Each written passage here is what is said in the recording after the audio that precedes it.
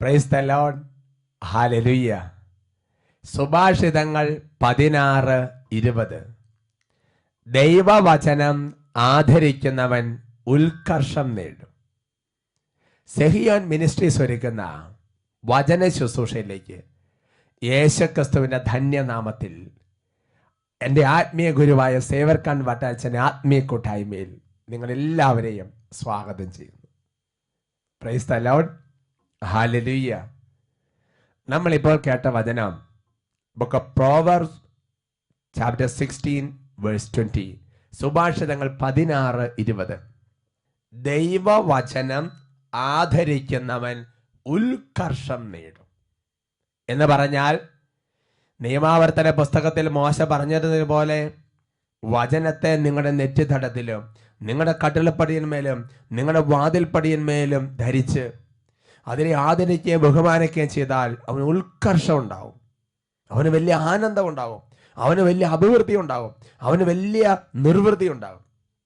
പ്രിയപ്പെട്ട സഹോദരങ്ങളെ, അതുപോലെ തന്നെയാണ് ദൈവിക കാര്യങ്ങൾ ആലേഖനം ചെയ്യപ്പെടുന്ന ദൈവത്തിൻ്റെ സ്പർശനമുള്ള വ്യക്തികളെയും വസ്തുക്കളെയും സ്ഥലത്തെയും നമ്മൾ ആദരിക്കുകയും ബഹുമാനിക്കുകയും ചെയ്യുമ്പോൾ അതുപോലെ ദൈവകൃപ നമ്മുടെ ജീവിതത്തിൽ വന്നു നിറയും. കർത്താവിൻ്റെ പ്രത്യേക സാന്നിധ്യം പതിഞ്ഞ സ്ഥലങ്ങൾ, പരിശുദ്ധ പ്രത്യക്ഷപ്പെട്ട സ്ഥലങ്ങൾ, പ്രത്യേകിച്ച് തിരുവസ്തുക്കൾ, അതുപോലെ തന്നെ വിശുദ്ധന്മാരുടെ തിരുശേഷിപ്പ് എന്ന് പറഞ്ഞതുപോലെ, പ്രിയപ്പെട്ട സഹോദരങ്ങളെ, കർത്താവിൻ്റെ അഭിഷേകത്തെ ബ്ലെസ് ചെയ്തൊരു വസ്തു, ഇതെല്ലാം ദൈവത്തിൻ്റെ ശക്തി പ്രകടിപ്പിക്കുന്നതാണ്. അവയെ ആദരിക്കുകയും ബഹുമാനിക്കുകയും ചെയ്താൽ അവിടെ പരിശുദ്ധാത്മാവിൻ്റെ വലിയ ഒരു പ്രവർത്തനങ്ങൾ നടക്കും. ഹല്ലേലൂയ. ഇപ്പൊ നമുക്കൊരു സാക്ഷ്യം ശ്രമിക്കാം. എൻ്റെ പേര് ലീല, കീച്ചേരിക്കുന്നൽ വീട്ടുപേര്. പിന്നെ എനിക്ക് വ്യഞ്ചരിച്ച വസ്തുക്കളോടൊന്നും അത്ര ഒരു, അച്ഛൻ്റെ ബ്ലെസ്സിങ് ഒക്കെ ശരി, പക്ഷെ വ്യഞ്ചരിച്ച സ്ഥാനത്തോട് അങ്ങനെ ഒരു മീച്ചമില്ല. അതന്നെ ബാക്കി ഞാൻ പറയാം. അങ്ങനെ ഇവിടുന്ന് സ്തുതിപ്പന്റെ നേരത്തെ അച്ഛനോട് ധ്യാനം കൂടി വന്നപ്പോഴാണോ? എന്നാ വന്നേ? ജൂലൈ 28-ാം തീയതി 2013 ജൂലൈ 24 ധ്യാനത്തിന് വന്നു. അപ്പോൾ ബെഞ്ചിരിക്കുന്നു, ഡെലിവറൻസ് നടത്തുന്നു. അപ്പോൾ ആശീർവാദമൊക്കെ ഓക്കെ, വെള്ളം തളിക്കൊന്നും വലിയ കാര്യമൊന്നും ഇല്ല. ചേച്ചി നല്ല ചേച്ചി. എനിക്ക് കഴിഞ്ഞ ജൂലൈ മാസത്തെ മഴ എന്താ, ആ സമയത്ത് വീടിന്റെ പണി മുടങ്ങി കിടക്കുവാണ്. വീടിന്റെ പണി നടക്കുകയില്ല. തൊട്ടടുത്തുള്ള ആളാണ് പണിയുന്നത്. അയാളുടെ മുഖം മുഷിഞ്ഞൊന്നും പറയത്തില്ല. അപ്പം കുറച്ച് സ്ഥലവും വിൽക്കാനുണ്ട്. ഇവിടുന്ന് അച്ഛൻ പറഞ്ഞു 4 മക്കളും അപ്പനും അമ്മയും കാർന്നവന്മാരും ഉള്ള വീടിന്റെ പണി പൂർത്തിയായി ഈശോ കാണിച്ചു തരുന്നുണ്ടെന്ന്. ഇവിടുന്ന് മെസ്സേജ് കൃത്യം വിളിച്ചറിയാം, ഇങ്ങനെയുള്ള ഒരു വീടിന്റെ പണി പൂർത്തിയാകുന്ന കാണിക്കുന്നു. അപ്പൊ ഇവിടുന്ന് ഞാൻ മണ്ണെടുത്ത് വെഞ്ചരിച്ച് കൊണ്ടുപോയി. ഞങ്ങൾക്ക് സ്ഥലം വിൽക്കാനുണ്ടായിരുന്നു. അപ്പൊ കുറച്ച് വിശ്വാസമായി അല്ലേ? അത് കൊണ്ടുപോയിട്ട് 2 ആഴ്ച കഴിയുമ്പോഴത്തേക്കും ആ സ്ഥലം വിറ്റു. അപ്പൊ എനിക്കൊരു വിശ്വാസം വന്നു, വെഞ്ചരിച്ച വസ്തുക്കളിൽ വെറുതെ പറഞ്ഞതല്ല എന്നുള്ളത്. അത് കഴിഞ്ഞ് പെട്ടെന്ന് ടെറസിന്റെ മേളിലേക്ക് കമ്പി എടുത്തിടുമ്പോൾ ഭർത്താവിന്റെ ഇവിടെ ഇങ്ങനെ കമ്പി കൊണ്ട് ഇത്ര ഇങ്ങനെ മുഴച്ചു. അപ്പം ഭർത്താവിന് ഓഫീസിലേക്ക് പോകണം. ഞാൻ ഇറങ്ങി നോക്കുമ്പോൾ ഇത്രയും ഒരു വലിയ മുഴ. അപ്പോഴാണ് 4 മാസം കഴിഞ്ഞത് കഴിഞ്ഞ് ഈ വെഞ്ചരിച്ച എണ്ണ കൊണ്ടുവന്ന് അവിടെ ഒരു മൂലയ്ക്ക് വെച്ചേക്കും. അതിലൊന്നും വലിയൊരു വിശ്വാസം ഇല്ലല്ലോ, മണ്ണിൽ കുറച്ച് വിശ്വാസം. ആ എണ്ണ എടുത്തൊന്ന് പരീക്ഷിച്ച് നോക്കാം എന്നോർത്തിട്ട് ആ എണ്ണ എടുത്തുകൊണ്ടുപോയി, സൗഖ്യദായകനായ ഈശോയെ ഈ മകന് സൗഖ്യം നൽകണമേ എന്ന് പറഞ്ഞ് കുരിശ് വരയ്ക്കലും 1 സെക്കൻഡ് താമസിച്ചില്ല. ആ നിമിഷം തന്നെ ആ മുഴ അവിടുന്ന് അപ്രത്യക്ഷമായി.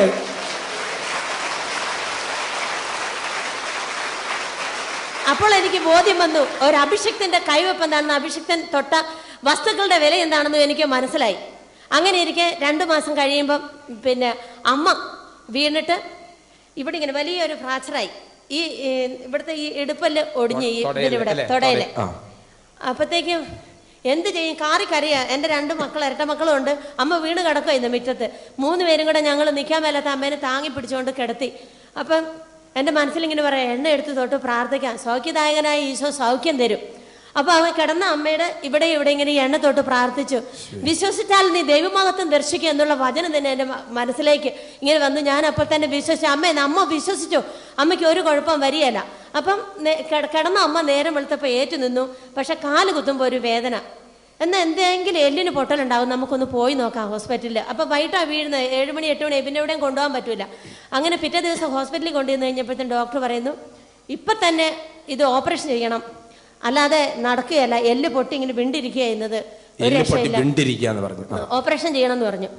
അപ്പം 500,000 രൂപ ഇപ്പം തന്നെ കെട്ടി. ഞങ്ങളുടെ കയ്യിൽ 5 പൈസ എടുക്കാനില്ല. ഞങ്ങൾ പറഞ്ഞു ഞങ്ങൾക്ക് 2-3 ഡോക്ടർമാരെ കൂടി കാണിക്കണം. ഇത് അങ്ങനെ പറഞ്ഞില്ല, ഞങ്ങൾ 2 ദിവസം കഴിയുമ്പം വരാം, ഓപ്പറേഷനായിട്ട് ഒരുങ്ങി വരാമെന്ന് പറഞ്ഞ് ആ ഹോസ്പിറ്റലിൽ നിന്ന് മാറി തലപ്പറമ്പിൽ വന്ന് 2-3 സ്ഥലത്ത് ഇതുപോലെ കാണിച്ച് MRI സ്കാൻ ചെയ്തു. അതിലൊക്കെ ഇങ്ങനെ എക്സ്റേയിൽ സ്കാനിങ്ങിലൊക്കെ എല്ല് പൊട്ടി വീണ്ടും നിൽക്കുക ചെയ്യുന്നത്. അപ്പം അമ്മയ്ക്ക് വിശ്വാസമുണ്ട്, എനിക്കും വിശ്വാസമുണ്ട്. ഇത് ഈശോ സൗഖ്യം തന്നു, അല്ലെങ്കിൽ അമ്മ 2 കാലിൽ ഇങ്ങനെ നിൽക്കുകയല്ല. ഈ സൗഖ്യം തന്നത് പൂർണ്ണ അമ്മ റെസ്റ്റ് ചെയ്താൽ മതി എന്ന് ഞങ്ങൾ പറഞ്ഞുകൊണ്ട് ഡോക്ടർമാരെ കാണിക്കാൻ പോകും. അപ്പം MRIയിലും ഇങ്ങനെ വിണ്ടു പൊട്ടി നിൽക്കുന്ന എല്ല്. അപ്പോൾ മെഡിക്കൽ കോളേജിലെ പ്രൊഫസറെ കാണിക്കാൻ പറഞ്ഞു, ഗവൺമെൻറ് ജില്ലാ ഹോസ്പിറ്റലിലെ ഡോക്ടർ. അപ്പോൾ അയാൾ പറയുന്ന നിർദ്ദേശം അനുസരിച്ച് നിങ്ങൾ ചെയ്യാൻ പറഞ്ഞു. അപ്പോൾ അവിടെ കൊണ്ടുവന്ന് കഴിഞ്ഞപ്പോൾ ഡോക്ടർ പറഞ്ഞു ഇവിടുത്തെ ഈ എല്ലൊക്കെ എടുത്ത് അങ്ങ് മാറ്റാം, പകരം മോളിടാന്ന്. എൻ്റെ അമ്മയ്ക്ക് 78 വയസ്സുണ്ട്. അത് എത്രമാത്രം സക്സസ് ആണ്. അപ്പം ഞങ്ങൾക്ക് ഇതിൽ ഡോക്ടർ പറയുന്നതിനോട് യാതൊന്നും യോജിക്കാൻ പറ്റുന്നില്ല. ഞങ്ങൾക്ക് വിശ്വാസമുണ്ട് ഇത് തമ്പുരാൻ മാറ്റിത്തരും. അമ്മ ഇവിടെ റെസ്റ്റ് ചെയ്ത് കിടന്ന് അമ്മയ്ക്ക് ഏറ്റ് നടക്കാം. ഈ പ്രാർത്ഥന കഴിഞ്ഞതേ അമ്മ പിറ്റേ ദിവസം തൊട്ട് എണീറ്റ് നടക്കുന്നുണ്ട്. ഒരാൾ കൈ പിടിച്ചാൽ മതി. അപ്പം എനിക്ക് അതിൽ നിന്ന് വലിയൊരു ബോധ്യം കിട്ടി. തമ്പുരാന്റെ അഭിഷിക്തൻ തൊട്ട ഏത് വസ്തുക്കളിലും ദൈവത്തിന്റെ അനുഗ്രഹം കനിഞ്ഞൊഴുന്നുണ്ടെന്നും ഒരു അഭിഷിക്തൻ ആരാണെന്നും ഈ സൗഖ്യത്തിലൂടെ എനിക്ക് ബോധ്യമാക്കി തന്നു. Price the Lord. എന്നാലും അമ്മയ്ക്ക് വേറെ നടത്തിയിട്ടില്ല. പിന്നെ ഇപ്പൊ ഇപ്പോൾ ഒരു കുഴപ്പമില്ല. അമ്മ എണീറ്റ് നടന്ന എല്ലാ ജോലികളും ചെയ്യുന്നു. അഥവാ നടന്നാൽ തന്നെ കാലിന് 1.5 ഇഞ്ച് നീളം കുറവായിരിക്കും. അമ്മ ഒരിക്കലും ഏറ്റു നടക്കില്ലെന്നാണ് മെഡിക്കൽ കോളേജിലെ പ്രൊഫസർ, ഓർത്തോ വിഭാഗം പ്രൊഫസർ പറഞ്ഞത്. ഇപ്പൊ കാലിന് നീട്ടം കുറവില്ല, ഒരു കുഴപ്പമില്ല, എല്ലാം ജോലി ഉഷാറായിട്ട് നടക്കുന്നു. അമ്മയ്ക്ക് എത്ര വയസ്സുണ്ട്? 78. എന്റെ ദൈവമേ, നോക്ക സഹോദരങ്ങളെ, ഓപ്പറേഷൻ ഞാൻ നടത്തി വിണ്ടിരുന്ന എല്ലാണ് നോക്ക. ഇവിടെ വെഞ്ചരിച്ചപ്പോ കുറച്ച് വെള്ളം, കുറച്ച് എണ്ണയൊക്കെ വെഞ്ചരിച്ച് ദൈവം അങ്ങോട്ട് തൊട്ടാനിക്കുന്നു. അത്ഭുതകരമായ സാക്ഷിയാണ്. അതാണ് ശരിക്കും പറഞ്ഞ ഒരു അച്ഛനെ ആശീർവദിക്കുമ്പോൾ ദൈവമാണ് നേരിട്ട് അങ്ങോട്ട് ആശീർവദിക്കും. കാര്യങ്ങൾ ഉയർത്തി കൈയടിച്ച് യേശു ജീവിക്കുന്നു, യേശു ജീവിക്കുന്നു, എന്റെ യേശു ജീവിക്കുന്നു. അത്ഭുതങ്ങളാലും അടയാളങ്ങളാലും യേശു പ്രവർത്തിക്കുന്നു. യേശു ജീവിക്കുന്നു, യേശു ജീവിക്കുന്നു, എന്റെ യേശു ജീവിക്കുന്നു. അത്ഭുതങ്ങളാലും അടയാളങ്ങളാലും യേശു പ്രവർത്തിക്കുന്നു. നോക്കി പ്രിയപ്പെട്ട സഹോദരങ്ങളെ, ദൈവികമായ കാര്യങ്ങളെ, ദൈവം തൊട്ട വസ്തുക്കളെ, ഒരു ആശീർവാദം പതിഞ്ഞ കാര്യങ്ങളെ ബഹുമാനിക്കുമ്പോൾ ദൈവത്തിന്റെ ശക്തി അവിടെ പ്രകടമാവുകയാണ്. പ്രിയപ്പെട്ട സഹോദരങ്ങളെ, അപ്പൊ ദൈവവും ദൈവവചനവും ദൈവവുമായി ബന്ധപ്പെട്ട എല്ലാ കാര്യങ്ങളിലൂടെ ദൈവത്തിന്റെ കൃപ നമ്മുടെ മേൽ വർഷിക്കുന്നുണ്ട്. ശാലോം ടിവിയിൽ അഭിഷേകത്തിന് പ്രോഗ്രാം കണ്ട് പ്രാർത്ഥിക്കുന്ന എത്രയോ പേരുടെ മേലാണ് ദൈവത്തിന്റെ ശക്തി വ്യാപരിക്കുന്നത്. Praise the lord. ഉറക്കെ പറയാം ഹല്ലേലൂയ. ഹൃദയം തുറന്ന് പറയാം ഹല്ലേലൂയ. ഇപ്പോൾ ഈ ദൈവവചന ശുശ്രൂഷയിൽ നമ്മൾ സംബന്ധിച്ചുകൊണ്ടിരിക്കുമ്പോൾ, അതിനെ ആദരിക്കുമ്പോൾ, വചനം സ്വീകരിക്കുമ്പോൾ, ആ കാര്യങ്ങളൊക്കെ ബഹുമാനിക്കുമ്പോൾ ദൈവത്തിന്റെ പരിശുദ്ധാത്മാവിന്റെ വലിയ ശക്തി നമ്മുടെ മേൽ ആവസിക്കും. എന്ന് പറഞ്ഞാൽ ഇതൊരു ടോക്കല്ലേ, ഇതിന് മേച്ചമില്ലാത്ത പോലെ ഇരിക്കരുത്. അതിനെ പ്രധാനപ്പെട്ടതായിട്ട് കണക്കാക്കണം. അവിടെയാണ് ദൈവശക്തി വ്യാപരിക്കുക. ഹല്ലേലൂയ. ഇപ്പോൾ ഒന്ന് എഴുന്നേറ്റ് നിൽക്കാം. എഴുന്നേറ്റ് നിന്ന് ദൈവത്തെയും ദൈവിക കാര്യങ്ങളെ ബഹുമാനിക്കുന്ന വലിയൊരു ആത്മാവിന്റെ തുറവി നമ്മുടെ ജീവിതത്തിൽ വ്യാപരിക്കാൻ വേണ്ടി പ്രാർത്ഥിക്കുകയാണ്. കാര്യങ്ങൾ 2 സ്വർഗത്തിലേക്ക് ചേർത്ത് ഒരുമിച്ച് സ്തുതിക്കാം. ഹല്ലേലൂയ, ഹല്ലേലൂയ. യേശുവേ ആരാധന, കർത്താവേ ആരാധന, പരിശുദ്ധാത്മാവേ ആരാധന. ഓ കർത്താവായ ദൈവമേ, ഇപ്പോൾ ഈ വചന ശുശ്രൂഷയ്ക്ക് വേണ്ടി അങ്ങ് കൂട്ടിക്കൊണ്ടുവന്നിരിക്കുന്ന ഓരോ ദാസന്മാർക്കും വേണ്ടി പ്രാർത്ഥിക്കുകയാണ് കർത്താവേ. ടിവിയുടെ മുമ്പിലും കമ്പ്യൂട്ടറിന്റെ മുമ്പിലും വരുന്ന ഈ ശുശ്രൂഷയെ സംബന്ധിച്ചുകൊണ്ടിരിക്കുന്ന ഓരോ ദാസന്മാർക്കും വേണ്ടി ഇപ്പോൾ പ്രാർത്ഥിക്കുകയാണ് കർത്താവേ. ഓ ദൈവമേ, ഇപ്പോൾ ഈ വചന ശുശ്രൂഷയിൽ അവിടുന്ന് വലിയ കൃപ വർഷിക്കണം കർത്താവേ. ദൈവവചനത്തെ ബഹുമാനിക്കുന്ന, ദൈവിക കാര്യങ്ങൾക്ക് പ്രാധാന്യം കൊടുത്തുകൊണ്ട് കർത്താവേ അതിനുവേണ്ടി സമയം ചെലവഴിച്ച് കണ്ട് പ്രാർത്ഥിക്കുന്ന ഓരോ ദാസന്മാരുടെ മേൽ അവിടുന്ന് ഇപ്പോൾ വലിയ അത്ഭുതങ്ങൾ ചെയ്യണമേ. അവിടുത്തെ ശക്തിയുള്ള കരം നീട്ടണമേ. ഓ ദൈവമേ, ആവശ്യത്തിൽ ഇരിക്കുന്നവരുടെ ആവശ്യത്തിൽ ഇടപെടുന്ന കർത്താവേ, ഇപ്പോൾ അവിടുന്ന് കൈ തുറക്കണമേ, അവിടുന്ന് ആശീർവദിക്കണമേ, അവിടുന്ന് അനുഗ്രഹിക്കണമേ. ഓ ദൈവമേ, ഈ എളിയ ദാസൻ കൈകൾ ഉയർത്തുമ്പോൾ അവിടുന്ന് നേരിട്ട് ആശീർവദിക്കുന്നതിന് നന്ദി പറയുകയാണ് കർത്താവേ. അവിടുത്തെ പരിശുദ്ധാത്മാവ് നിറയ്ക്കണമേ. വചനത്തിന്റെ അഗ്നി നിറയട്ടെ, വചനത്തിന്റെ അഭിഷേകം നിറയട്ടെ. വചനം ശ്രമിക്കാനുള്ള എന്തെങ്കിലും തടസ്സങ്ങൾ ഇപ്പോൾ ഹൃദയങ്ങളുണ്ടെങ്കിൽ യേശുവേ അവിടുന്ന് ആശീർവദിക്കുന്നത് കരിഞ്ഞു പോകട്ടെ കർത്താവ്. കൃപ കൊണ്ട് നിറയട്ടെ കർത്താവ്. രോഗത്തിൽ ക്ലേശിക്കപ്പെട്ടത് ഇപ്പോൾ വിടുതൽ പ്രാപിക്കട്ടെ കർത്താവ്. ആരാധന, ആരാധന, ആരാധന, ആരാധന, ആരാധന, ആരാധന, ആരാധന, ആരാധന. വചനത്തിന്റെ അമ്മയായ, ദൈവവചനത്തെ ആദരിച്ച, ദൈവവചനത്തെ സ്വീകരിച്ച, ദൈവവചനത്തെ ബഹുമാനിച്ച പരിശുദ്ധ അമ്മ ഉത്കർഷം നേടി. ആ അമ്മയോട് ചേർന്ന് നമുക്ക് പ്രാർത്ഥിക്കാം. നന്മ നിറഞ്ഞ മറിയമേ സ്വസ്തി, കർത്താവ് അങ്ങയോട് കൂടെ, സ്ത്രീകളിൽ അങ്ങ് അനുഗ്രഹിക്കപ്പെട്ടവളാകുന്നു. അങ്ങയുടെ ഉദരത്തിന് ഫലമായി ഈശോ അനുഗ്രഹിക്കപ്പെട്ടവനാകുന്നു. പരിശുദ്ധ മറിയമേ, തമ്പുരാന്റെ അമ്മേ, പാപികളായ ഞങ്ങൾക്ക് വേണ്ടി ഇപ്പോഴും ഞങ്ങളുടെ മരണസമയത്തും തമ്പുരാനോട് അപേക്ഷിച്ച് കൊള്ളണം. Price the Lord. ഹല്ലേലൂയ. നമുക്കിരിക്കാം. ഇന്ന് നമ്മൾ ചിന്തിക്കുന്ന വിഷയം നിർബന്ധിച്ച് വാങ്ങിക്കരുത്. സന്തോഷത്തോടെ പറയാം ഹല്ലേലൂയ. ഹൃദയം തുറന്ന് പറയാം ഹല്ലേലൂയ. പ്രിയപ്പെട്ട സഹോദരങ്ങളെ, ചിലപ്പോഴെങ്കിലും മാതാപിതാക്കന്മാര് കുട്ടികളോട് ഏതെങ്കിലുമൊക്കെ പശ്ചാത്തലത്തിൽ ചിലപ്പോൾ ഇങ്ങനെ പറയാറുണ്ട്, ഞാൻ അപ്പോഴത് വേണ്ടാന്ന് പറഞ്ഞതല്ലേ, ഇപ്പം നിന്റെ നിർബന്ധം കൊണ്ട് എന്തായി, ഇനിയിപ്പോൾ പറഞ്ഞിട്ട് കാര്യമില്ല, അനുഭവിക്കുക തന്നെ. ഇങ്ങനത്തെയുള്ള ചില നെടുവീർപ്പുകളും ഇങ്ങനത്തെ ചില വാക്കുകളും ഒക്കെ നമ്മുടെ അനുദിന ജീവിതത്തിൽ നമ്മൾ കേൾക്കാൻ ഇടവരുന്നുണ്ട്. അതുകൊണ്ട് പ്രിയപ്പെട്ട സഹോദരങ്ങളെ, ദൈവത്തോട് ബന്ധപ്പെട്ട കാര്യങ്ങളിലും ദൈവസ്ഥാനത്തേക്കുന്ന മാതാപിതാക്കന്മാരോട് ബന്ധപ്പെട്ട കാര്യങ്ങളിലും ഒക്കെ ഇങ്ങനത്തെ ഒരു ശ്രദ്ധ നമ്മൾ പുലർത്തുന്നത് വളരെ നല്ലതാണ്. പിന്നീട് ദുഃഖിക്കാതിരിക്കാൻ. സന്തോഷത്തോടെ പറയാം ഹല്ലേലൂയ. അതിനെക്കുറിച്ച് നമുക്ക് വെളിപ്പെടുത്തുന്ന ഒരു തിരുവചന ഭാഗം നമ്മൾ വായിക്കുന്നത് സാമുവേൽ പ്രവചനത്തിൽ 1-ാം പുസ്തകത്തിൽ അതിൻ്റെ 8-ാം തിരുലിഖിതത്തിലാണ്. 1 സാമുവേലില് അതിൻ്റെ 8-ാമത്തെ അധ്യായത്തിന്റെ തലക്കെട്ട് തന്നെ ഇങ്ങനെയാണ്: രാജാവിന് വേണ്ടി മുറവിളി. 8-ാമത്തെ അധ്യായത്തെ 5-ാമത്തെ വാക്യത്തിൽ ഇങ്ങനെയാണ് കാണുന്നത്: സാമുവേലിന്റെ അടുക്കൽ ഇസ്രായേൽ ജനം ഒരുമിച്ച് കൂടി ഇങ്ങനെ ആവശ്യപ്പെടുകയാണ്, മറ്റു ജനതകൾക്കുള്ളതുപോലെ ഒരു രാജാവിനെ ഞങ്ങൾക്കും നിയമിച്ചു തരിക എന്ന് പറഞ്ഞാൽ, പ്രിയപ്പെട്ട സഹോദരനെ, തെരഞ്ഞെടുക്കപ്പെട്ട ഇസ്രായേൽ ജനത്തിന് തെരഞ്ഞെടുക്കപ്പെട്ട ഇസ്രായേൽ ജനത്തിലുള്ള ഏക രാജാവാണ് യഹോവയായ കർത്താവ്. ദൈവമായ കർത്താവാണ് അവരുടെ രാജാവ്. എന്നാൽ ഇസ്രായേൽ ജനം ചുറ്റുമുള്ള പല ജനതകളെ നോക്കുമ്പോൾ, കാനാന്യരെ, ജബൂസരെ, ഹിത്യരെ എന്ന് വേണ്ട എല്ലാ ദേശവാസികളെ നോക്കുമ്പോൾ അവർക്കെല്ലാവർക്കും രാജാക്കന്മാരുണ്ട്, അവർക്കെല്ലാവർക്കും യുദ്ധങ്ങളുണ്ട്, അവർക്കെല്ലാവർക്കും പടപൊരുതാൻ ആളുണ്ട്. അതുകൊണ്ട് ഇവർ സാമുവേലിനോട് ആവശ്യപ്പെടുകയാണ്, മറ്റു ജനതകൾക്കുള്ളതുപോലെ ഞങ്ങൾക്ക് ഒരു രാജാവിനെ നിയമിച്ചു തരിക. അടുത്ത വാക്യത്തിൽ ഇങ്ങനെയാണ് കാണുന്നത്: എന്നാൽ സാമുവേലിന് അത് ഇഷ്ടമായില്ല. എന്താണ് ഇഷ്ടമാകാത്തതിന് കാരണം അത് ദൈവഹിതമല്ല എന്ന് സാമുവേലിന് നല്ല ബോധ്യമുണ്ട്. ദൈവത്തിന്റെ സ്വരം ശ്രമിക്കുന്ന സാമുവേലിന് നല്ല ബോധ്യമുണ്ട്. അതുകൊണ്ട് സാമുവേൽ പറഞ്ഞ നല്ലതല്ല. എന്നിട്ട് സാമുവേൽ ദൈവത്തോട് ചെന്ന് കാര്യം പറഞ്ഞു: എന്റെ ദൈവമേ, ഈ ജനം ഇവര് അങ്ങൾക്കൊരു രാജാവിനെ വേണമെന്ന് ആവശ്യപ്പെടുകയാണ്. ഇനി ഞാൻ എന്താണ് ചെയ്യേണ്ടത്? അപ്പോൾ ദൈവം കൊടുക്കുന്നൊരു മറുപടിയുണ്ട്. അത് നമ്മൾ വായിക്കുന്നത് 8-ാമത്തെ അധ്യായത്തിൽ 9-ാമത്തെ വാക്യത്തിലാണ്. അവിടെ ഇങ്ങനെയാണ് ദൈവം സാമുവേലിനോട് പറയുന്നത്: ഇപ്പോൾ അവരെ അനുസരിക്കുക, എന്നാൽ അവരെ ഭരിക്കാനിരിക്കുന്ന രാജാക്കന്മാരുടെ രീതി സൂക്ഷ്മമായി വിവരിച്ച് അവർക്ക് മുന്നറിയിപ്പ് കൊടുക്കുക. ദൈവ സാമുവേൽ പറയാണ്, അവർക്ക് രാജാക്കന്മാരെ വേണമെന്നുള്ള ആഗ്രഹം ഉണ്ടെങ്കിൽ പറഞ്ഞതനുസരിച്ച് ചെയ്തു കൊടുത്തോ. പക്ഷെ അതിനു മുമ്പ് ദൈവമായ കർത്താവ്, ഞാനാണ് രാജാവ്, അവർക്ക് ഒരു കുറവ് ഇന്നേവരെ ഉണ്ടായിട്ടില്ല. എന്നിട്ട് അവർ എന്നെ ധിക്കരിച്ച് മനുഷ്യ രാജാക്കന്മാരെ ആഗ്രഹിക്കുന്നുണ്ടെങ്കിൽ അവർക്ക് ചെയ്തു കൊടുത്തു. പക്ഷേ അങ്ങനെ ചെയ്യുമ്പോൾ ഉണ്ടാകുന്ന പ്രത്യാഘാതങ്ങളെ കുറിച്ച് നന്നായിട്ട് അവർക്കൊന്ന് വിവരിച്ചു കൊടുക്കുക. പ്രിയപ്പെട്ട സഹോദരങ്ങളെ, തുടർന്ന് അതിന്റെ 10-ാമത്തെ വാക്യം മുതൽ കാണുന്നത് ഇങ്ങനെയാണ്: ഒരു രാജാവ് വന്നാലുണ്ടാകുന്ന പ്രത്യാഘാതങ്ങളെ കുറിച്ച് സാമുവേൽ നന്നായി വിശദീകരിച്ച് ജനത്തിന് കൊടുക്കുകയാണ്. 11-ാമത്തെ വാക്യത്തിൽ എങ്ങനെയാണ് പറഞ്ഞത്: നിങ്ങൾക്ക് രാജാക്കന്മാർ വന്നാൽ നിങ്ങളുടെ മക്കളെ ഭടന്മാരായിട്ട് നിയമിക്കും, മക്കളെ രഥത്തിന് മുമ്പിൽ ഓടാൻ വേണ്ടി തേരാളികളാക്കി നിയമിക്കും, നിങ്ങളുടെ പുത്രന്മാരെ 50 അതുപോലെ വലിയ ഗണങ്ങളുടെ അധിപന്മാരായിട്ട് നിയമിക്കും, ഉഴവുകാരും കൊയ്ത്തുകാരും ആയുധപ്പണിക്കാരും രഥോപകരണങ്ങളുടെ നിർമ്മാതാക്കളുമായി നിങ്ങളും നിങ്ങളുടെ മക്കളും പോകേണ്ട ഒരു കാലഘട്ടം വരും.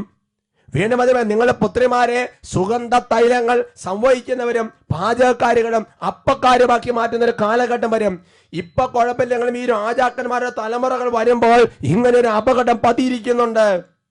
തുറന്ന് പറഞ്ഞ എങ്ങനെയാണ്?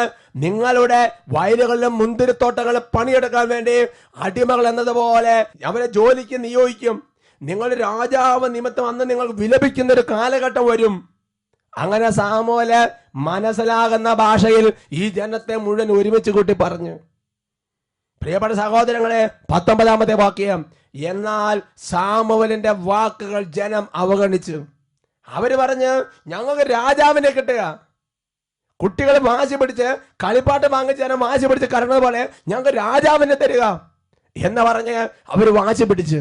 അങ്ങനെ പ്രിയപ്പെട്ട സഹോദരങ്ങളെ, എന്ത് സംഭവിച്ച്? അങ്ങനെ ദൈവഗതത്തിന് വിരുദ്ധമായ ഒരു നിർബന്ധ ബുദ്ധിയിൽ അവർക്ക് ദൈവം പറഞ്ഞ രാജാവിനെ കൊണ്ടുതള്ളാൻ പറഞ്ഞു. പിന്നീട് ഇസ്രായേലിന്റെ ചരിത്രം നമ്മൾ പഠിക്കുമ്പോൾ മനസ്സിലാകുന്ന ഒരു കാര്യമുണ്ട്. ഓരോ രാജാക്കന്മാരുടെ തലമുറകൾ വന്നപ്പോൾ ഈ ദൈവജനം മുഴുവൻ ശരിക്കും പറഞ്ഞാൽ അടിമത്തത്തിലും ഞെരുക്കത്തിലും തകർന്ന് പോകുന്ന ഒരു കാലഘട്ടമാണ് നമ്മൾ കാണുന്നത് പ്രിയപ്പെട്ട സഹോദരങ്ങളെ.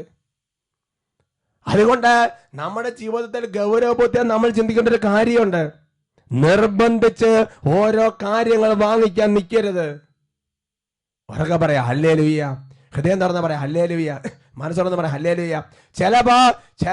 ചില മക്കള് എനിക്ക് ആ പെണ്ണിനെ കെട്ടിച്ചു തരണം, എനിക്ക് ഈ ചെറുക്കനെ കെട്ടിച്ചു തരണം, അങ്ങനെ ഇങ്ങനെ ഒരുപാട് കാര്യങ്ങൾ പറയുമ്പോ ചിലപ്പോ കാരണന്മാര് പറയും, മോനെ നമുക്ക് ചേർന്ന ബന്ധമല്ല ഇത് നമുക്കുള്ളതല്ല, അതല്ല, ഇതിന്റെ വഴി ശരിയല്ല എന്ന് കാരണന്മാര് ദൈവത പ്രകാരം പറയുമ്പോ, എന്റെ പ്രിയപ്പെട്ട മക്കളെ, നീ ദൈവഗതത്തിന് വിരുദ്ധമായി നിർബന്ധ ബുദ്ധി പിടിക്കരുത്. ഞാൻ വേറെ ആൾ കല്യാണം കഴിക്കുകയല്ല, എനിക്കിത് മതി, ഇങ്ങനെ വാശി പിടിക്കരുത്. ഉറക്കെ പറയാം ഹല്ലേലൂയ. എന്ന് പറഞ്ഞ ജീവിതത്തിലെ ഓരോ കാര്യങ്ങളിലും ദൈവഗതത്തിന് വിരുദ്ധമായ നിർബന്ധ ബുദ്ധി നമ്മുടെ ജീവിതത്തിൽ വരുന്ന നല്ലതല്ല. ഇവരതിന് പറഞ്ഞൊരു ന്യായീകരണം ഉണ്ട്. എന്നറിയോ?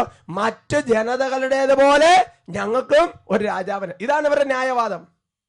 പ്രിയപ്പെട്ട സഹോദരങ്ങളെ, ഇത് വലിയൊരു അപകടകരമായ സംഗതിയാ. കാരണം ബൈബിളിൽ ദൈവത്തിന്റെ പരിശുദ്ധാത്മ വ്യക്തമായിട്ട് വെളിപ്പെടുത്തിയിട്ടുണ്ട്. യേശയ്യായുടെ പുസ്തകത്തിൽ അതിന്റെ 8-ാമത്തെ അധ്യായത്തിന്റെ 12-ാം തിരുലിഖിതം, ഈ ജനം സഖ്യമെന്ന് കരുതുന്നതിനെ നിങ്ങൾ സഖ്യമായിട്ട് കരുതരുത്. ഈ ജനം നല്ലതെന്ന് പറയുന്നതിനെ നീ നല്ലതെന്ന് കരുതരുത്. മറ്റു ജനതകളെ പോലെ ആയി തീരാൻ വേണ്ടി നീ ഒരുപാട് കാര്യങ്ങൾ കാണിച്ചു കൂട്ടാൻ നിൽക്കരുത്. ചിലപ്പോ മക്കൾ പറയുന്നൊരു കാര്യമുണ്ട്. എന്താണ് പറയണത്? എന്റെ കൂട്ടുകാരെല്ലാം ഇങ്ങനെയാണ്, അതുകൊണ്ട് എനിക്ക് അങ്ങനെ വേണം. എന്റെ കൂട്ടുകാരെല്ലാം ഈ മൊബൈലുണ്ട്, അതുകൊണ്ട് എനിക്ക് ആ മൊബൈൽ വേണം. എന്റെ കൂട്ടുകാരെല്ലാം ആ കോഴ്സാണ് തിരഞ്ഞെടുക്കുന്നത്, അതുകൊണ്ട് എനിക്ക് ആ കോഴ്സ് വേണം. ഇപ്പൊ എന്താ, ചെറിയ കുട്ടികൾക്കടക്കം സ്കൂൾ തുറക്കുന്ന സമയത്ത് ഒരു ബാഗോ ഒരു ചെരുപ്പോ ഒരു കുടയോ മേടിക്കാൻ പോയി കഴിഞ്ഞാൽ അത് കുട്ടികൾക്ക് ഒരു ബ്രാൻഡ് ഉണ്ട്, അത് കിട്ടിയാലേ തൃപ്തിയാകുള്ളൂ. എന്റെ പ്രിയപ്പെട്ട മക്കളെ, ഈ ലോകത്തിന്റെ മാർഗത്തിൽ ചരിക്കരുതെന്ന് ഞാനൊരു മുന്നറിയിപ്പ് നൽകുന്നു. അത് വചനമാണത്. പ്രിയപ്പെട്ട സഹോദരങ്ങളെ, അതുകൊണ്ട് റോമാലേഖനത്തിൽ 12-ാമത്തെ അധ്യായത്തിന്റെ 2-ാമത്തെ തിരുലിഖിതം, റോമാലേഖനത്തിൽ 12-ാമത്തെ അധ്യായത്തിന്റെ 2-ാം തിരുലിഖിതത്തിൽ വചനം പഠിപ്പിക്കുന്നത്, നിങ്ങൾ ഈ ലോകത്തിന് അനുരൂപരാകരുത്. നിർബന്ധ ബുദ്ധി പിടിച്ച് ഈ ലോക ജനത മുഴുവൻ കാണിച്ചു കൂട്ടുന്ന പോലെ കാണിച്ചു കൂട്ടാനുള്ള ഒരു നിർബന്ധ ബുദ്ധി നമ്മുടെ ജീവിതത്തിൽ വരരുത്. ഉറക്കെ പറയാം ഹല്ലേലൂയ. ഒരുമിച്ച് പറയാം ഹല്ലേലൂയ. മുതിർന്നവർ പറയുന്ന കാര്യങ്ങള് നിസ്സാരമാക്കി തള്ളിക്കളയരുത് പ്രിയപ്പെട്ട സഹോദരങ്ങളെ.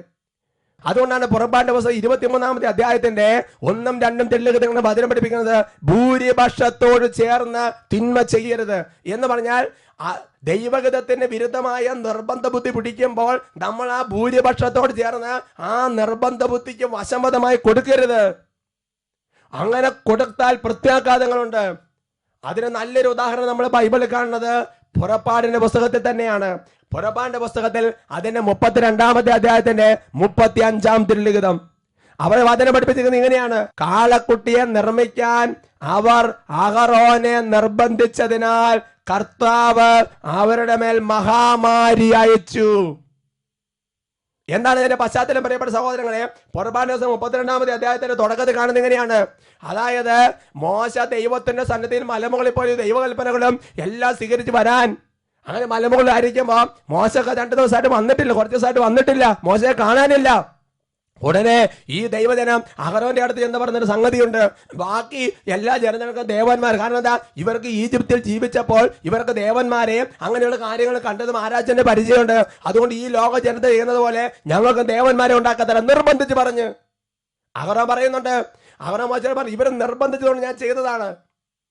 പ്രിയപ്പെട്ട സഹോദരൻ എന്താ? എന്നിട്ട് സ്വർണ്ണാഭരണങ്ങൾ വലിയ കാളക്കുട്ടി ഉണ്ടാക്കി. ജനത്തിന് നിർബന്ധത്തിന് അഹ്റോൻ വഴങ്ങി. എന്താ സംഭവിച്ചത്?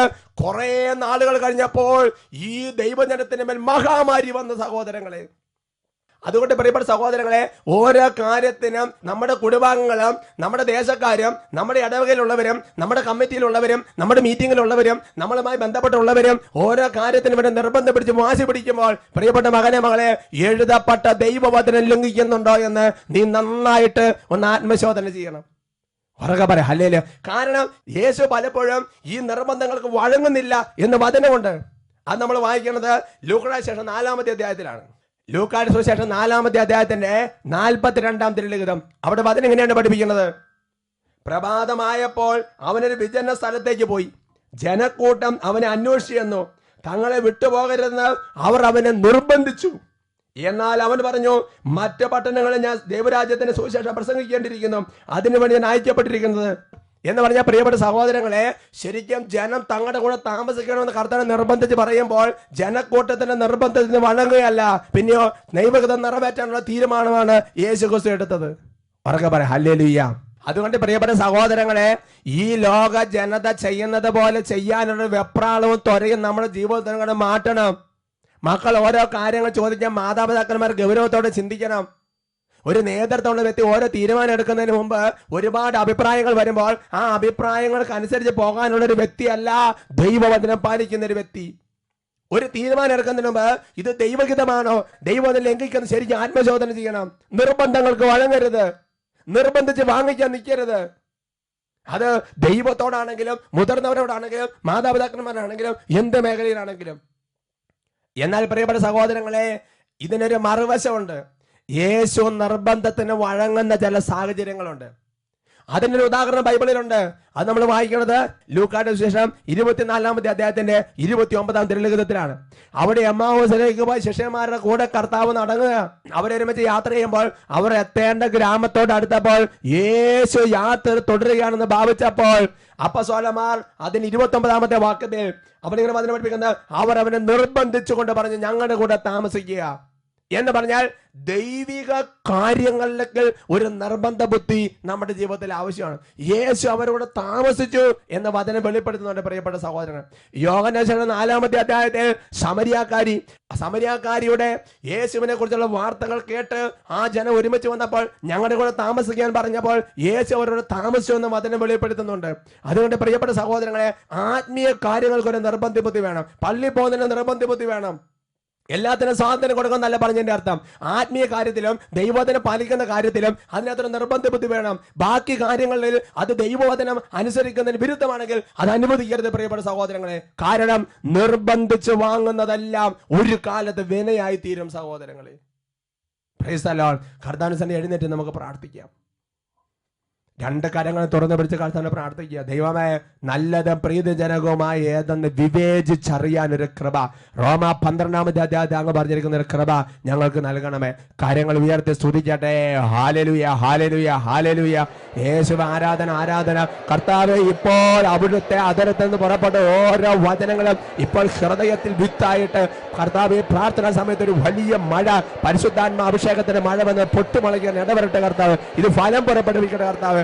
നല്ലത് പ്രകൃതിജനകമായി വിവേചിച്ചറിഞ്ഞ് തീരുമാനമെടുക്കാൻ, ലോകത്തിന്റെ നിർബന്ധത്തിന് വഴങ്ങാതെ ദൈവോധനത്തിന്റെ നിർബന്ധത്തിന് വഴങ്ങാൻ ഓരോ ദാസിദാസന്മാരെയും അഭിഷേകം ചെയ്യണമേ. ഹല്ലേലൂയ, ഹല്ലേലൂയ, ഹല്ലേലൂയ, ഹല്ലേലൂയ, ഹല്ലേലൂയ, ഹല്ലേലൂയ, ഹല്ലേലൂയ, ഹല്ലേലൂയ. Price the Lord. നിർബന്ധിച്ച് വാങ്ങിക്കരുത്. ഹല്ലേലൂയ, മറനാഥാ. Come, Lord Jesus.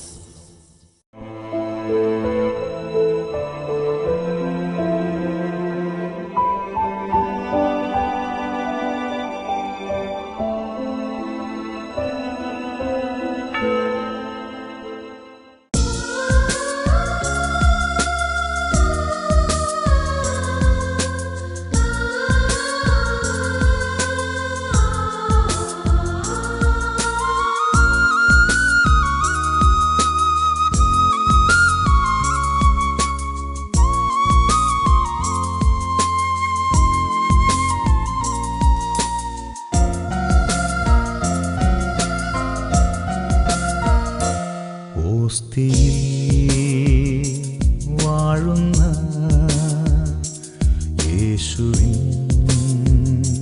കാരുണ്യം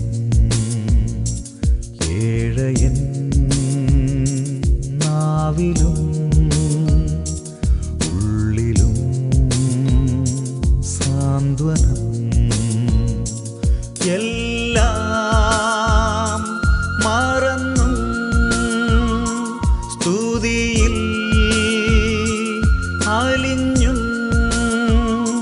നിൽക്കയായി മാനസം ആരാധിക്കുന്നു ഞങ്ങൾ ആരാധിക്കുന്നു ആരാധിക്കുന്നു നിന്റെ ദിവ്യകാരുണ്യം ആരാധിക്കുന്നു ഞങ്ങൾ ആരാധിക്കുന്നു ആരാധിക്കുന്നു നിന്റെ ദിവ്യകാരുണ്യം. തൻ്റെ മക്കളുടെ നന്മയിൽ സന്തോഷിക്കുന്ന കർത്താവ്, നമുക്ക് നന്മ ചെയ്തു തരാൻ വേണ്ടി മാത്രം ആഗ്രഹിക്കുന്ന കർത്താവ്, തൻ്റെ മക്കളുടെ ജീവന് വേണ്ടി ജീവൻ ബലി കഴിച്ച കർത്താവ്, ആ കർത്താവിൻ്റെ സന്നിധിയിൽ രണ്ട് കരങ്ങൾ ഇപ്പോൾ ഉയർത്തിപ്പിടിക്കുകയാണ്. രണ്ട് കരങ്ങൾ കർത്താവിൻ്റെ പക്കലേക്ക് നന്നായിട്ട് ഉയർത്തിപ്പിടിച്ച്, ഓ ദൈവമേ, ഞങ്ങൾക്ക് നന്മ തരാൻ വേണ്ടി അങ്ങ് ചെയ്തു തന്ന കാര്യങ്ങൾ അവഗണിച്ച് പോയ ഓരോ കാലഘട്ടങ്ങളും ഓർത്ത് ഞാൻ അനുദപിക്കുകയാണ്. ദൈവമേ, വഴിവിട്ട തീരുമാനങ്ങൾ എടുത്തത് ഓരോ കാര്യങ്ങളും ഓർത്ത് അനുദപിക്കുകയാണ്. നിർബന്ധത്തിന് വഴിയിലൂടെ പോയ കാലഘട്ടങ്ങൾ അനുദപിക്കുകയാണ്. ദൈവം ഓരോ കുടുംബങ്ങളും ഇപ്പോൾ കരുണ വർഷിക്കണമേ, ഓരോ കുടുംബങ്ങളും ഇപ്പോൾ കൃപ ചൊരിയണമേ. ദൈവഗതത്തിന് വിരുദ്ധമായി കടന്നുപോയ ഓരോ മേഖലകളെ ഇപ്പോൾ അവിടുന്ന് ആശീർവദിക്കണേ, കരുണ വർഷിക്കണമേ, വിടുതൽ നൽകണമേ കർത്താവ്. ഇപ്പോൾ ആഗ്രഹിച്ച് പ്രാർത്ഥിക്കുന്ന ഓരോ ദാസിദാസന്മാരുടെ കുടുംബങ്ങൾ അവിടെ ദൈവത്തിന്റെ ശക്തി ചൊരിയട്ടെ എന്ന് പ്രാർത്ഥിക്കുന്നു. ഓ കർത്താവെ, കരുണയുടെ കര നീട്ടണമേ. ദൈവമേ, ദൈവത പ്രകാരമുള്ളത് വീണ്ടെടുക്കാൻ തീരുമാനമെടുക്കാൻ കൃപ വർഷിക്കണമേ കർത്താവെ. തീരുമാനമെടുക്കാൻ കഴിയാതിരിക്കുന്ന കുടുംബങ്ങളിലേക്ക് ഇപ്പോൾ തീരുമാനത്തിന്റെ ആത്മാവ് അവിടുന്ന് വ്യാപരിക്കണമേ. അന്ധകാരങ്ങളെല്ലാം മാറട്ടെ, തടസ്സങ്ങളെല്ലാം മാറട്ടെ, വലിയ കൃപയുടെ ഒഴുക്കുണ്ടാകട്ടെ. രോഗത്തിന്റെ മേൽ ദൈവശക്തി വ്യാപരിക്കട്ടെ, തടസ്സങ്ങളുടെ മേൽ ദൈവശക്തി വ്യാപിക്കട്ടെ, കൃപയില്ലാത്ത അവസ്ഥകളുടെ മേൽ കൃപ വ്യാപരിക്കട്ടെ. ആരാധന ആരാധന. ആരാധിക്കുന്നു ഞങ്ങൾ ആരാധിക്കുന്നു ആരാധിക്കുന്നു നിന്റെ ദിവ്യകാരുണ്യം ആരാധിക്കുന്നു ഞങ്ങൾ ആരാധിക്കുന്നു ആരാധിക്കുന്നു നിന്റെ ദിവ്യകാരുണ്യം.